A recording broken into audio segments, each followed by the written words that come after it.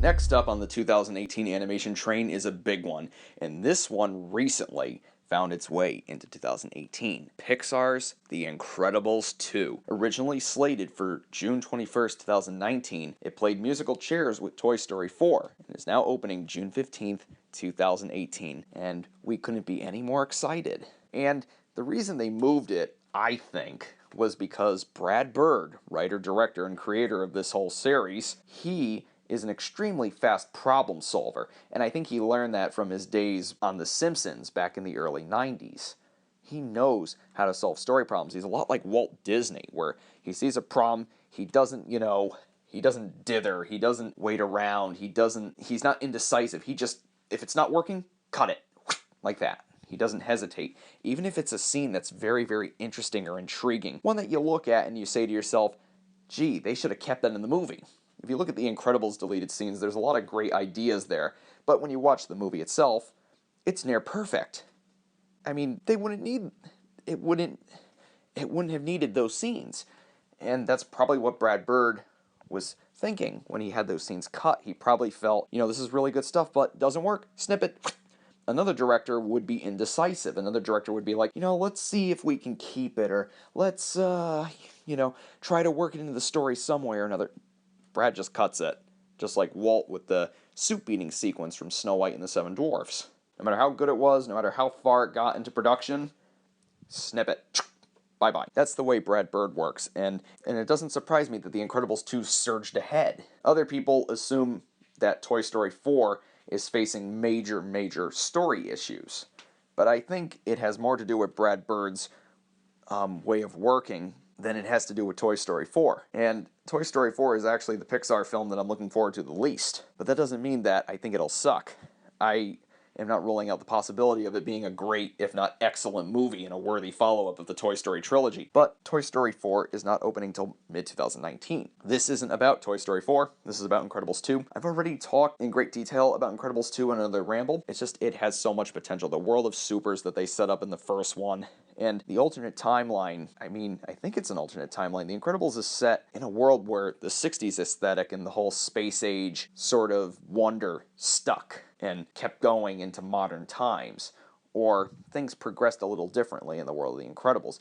Like, it could take place in the mid-60s or maybe even the late 60s, but in some scenes you'll see things like a VCR, so it makes me think that it's an alternate timeline, like a diverging timeline where some things of the late 50s and early 60s stuck, and the presence of supers changed the outcome of events in the world. It's a fun theory, it's fun to ponder, but I'm gonna wait till Brad Bird, reveals what the world of the Incredibles has in store, because I don't want to become one of those BuzzFeed-like people saying, oh my god, the Incredibles this, the Incredibles that, did you know it was set in a world?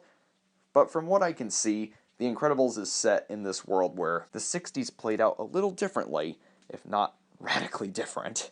So I kind of hope that they explore that in the sequel, and since it's opening nearly 14 years after the first one, I wonder if they're going to make the kids older, or they're going to get different voice actors to play them. I kind of hope that the kids are older in this, and that Dash and Violet are like in college or something, or Violet's already graduated college, and Jack is in high school, or is in middle school or something, and it shows how old we're all getting. I was 12 when The Incredibles came out, and I will be 25? Yes, I'm going to be 25 when it comes out. 25 going on 26. It's quite surreal. But yes, The Incredibles 2, of course, who isn't looking forward to it? I'm there. But that doesn't mean that The Incredibles begged for a sequel. I'm actually one of the few people in the world that thinks that no Pixar movie really needs a sequel. Like, a lot of people complain, why are you making Cars sequels? The Incredibles is the only one that calls for a sequel. And it's like, I never thought that. Just because it's a movie about superheroes and there's a lot you could do with those characters doesn't mean that it needs a sequel. It functions well as a great standalone story. But now that a sequel exists, my logic is, well, it exists, it's a thing, so I'm looking forward to it. But before The Incredibles 2 was officially announced by Pixar and by, the Walt Disney Company, I was like, nah, they don't need to make an Incredibles sequel. I mean, if they want to make it, cool, but I'm not begging for one. Other people have been begging for an Incredibles sequel for years. I'm in the minority. I'm just like, yeah, well, if they want to make it, but I'm not asking for it. So it's here, it's coming, it's out in less than 2 years. I'm excited. Next up is one that's rather inevitable, Illumination's The Secret Life of Pets 2, opening July 13th, 2018. And the announcement of this sequel was kind of a shocker because it's opening just 2 years after the first one, and usually most animated sequels come out 3 years minimum after the original. Secret Life of Pets, unusual for a big studio like Illumination, is debuting 2 years after the original. It makes one wonder, did they lock the story like a year in advance? Were they so confident in Secret Life of Pets 1 that they already locked the story for the sequel?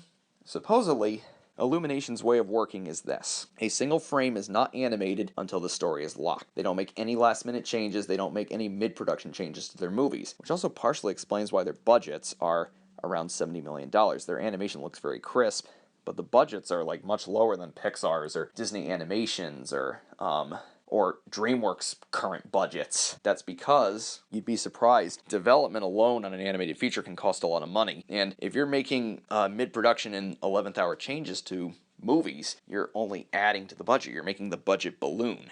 Illumination does not do that. They lock the story, then the frames are animated. They haven't made a film yet that costs over $80 million to make. So The Secret Life of Pets 2, 2 years from the first. It seems like they locked the story long before the first one came out, fast-tracking in a way.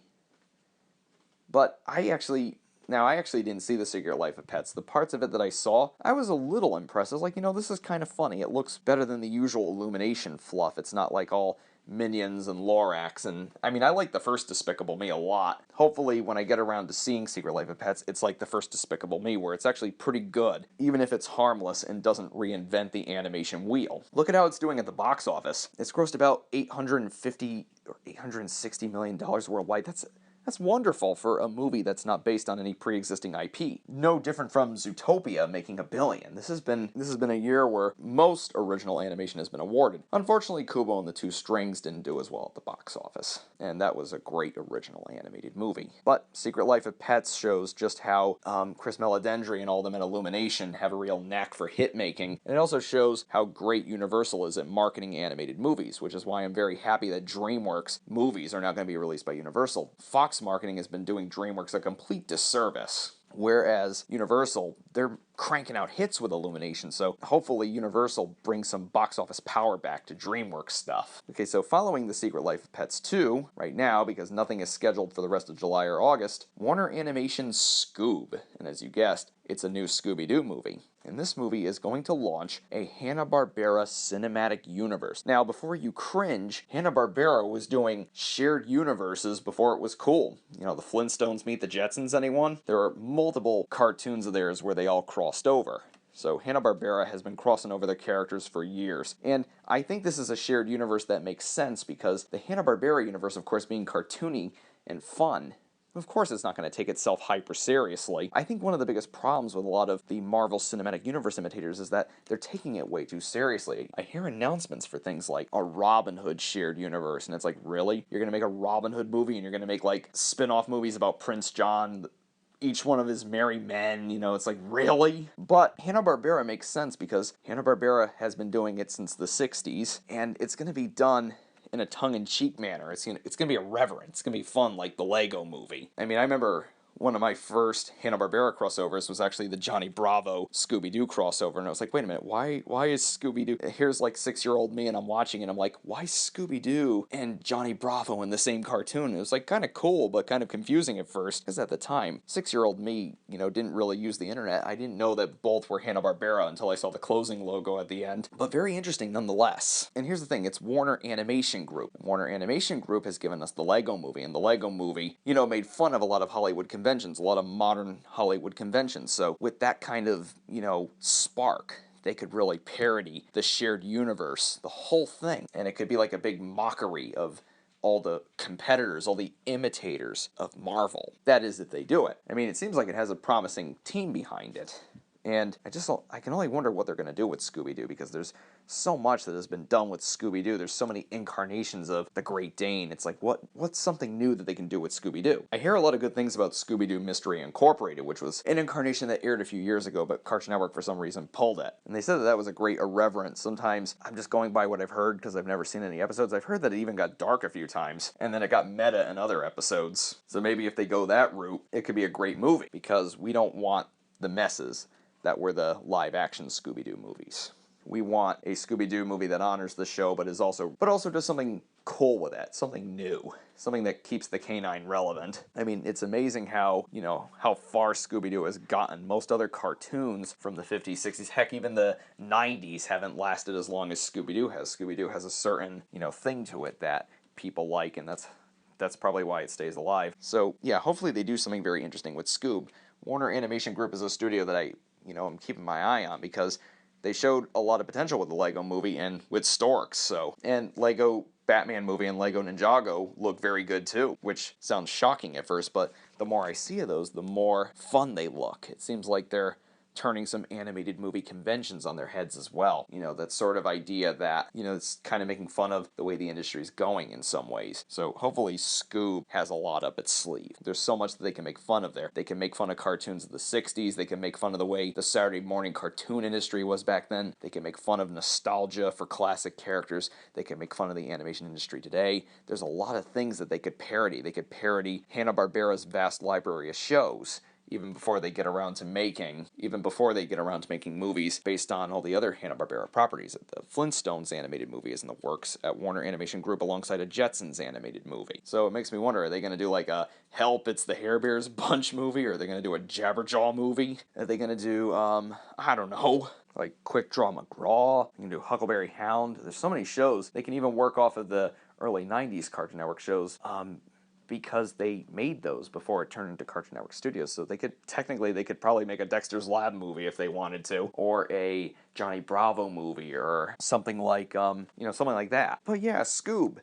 has a lot of potential, and hopefully it does something really cool with what it has. That's from Warner Animation Group, and that's set to open tentatively on September 21st, 2018. That date may change because Hotel Transylvania 3 shares that date as well. One of those movies is gonna blink soon. Which one do you think it'll be? Honestly, I'm thinking it's going to be Hotel Transylvania 3. What say you?